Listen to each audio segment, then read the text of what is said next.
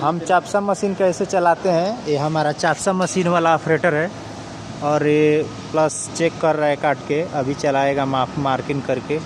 चलाओ operator. Operator इधर एक बार देखो और चलाओ, मार्किंग करो और काटो। कैसे काटते हो दिखाने का है सब, मार्किंग करके काटो।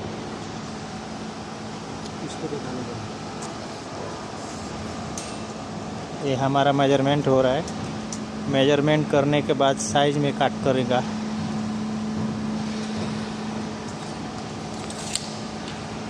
हम 0-0 काटिंग करते हैं, हमारा दोस्त है।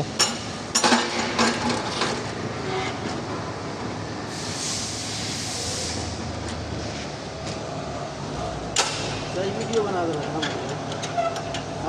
कटिंग बिजोड़ करता है, अभी देखो। चालू तो करो ऑपरेटर।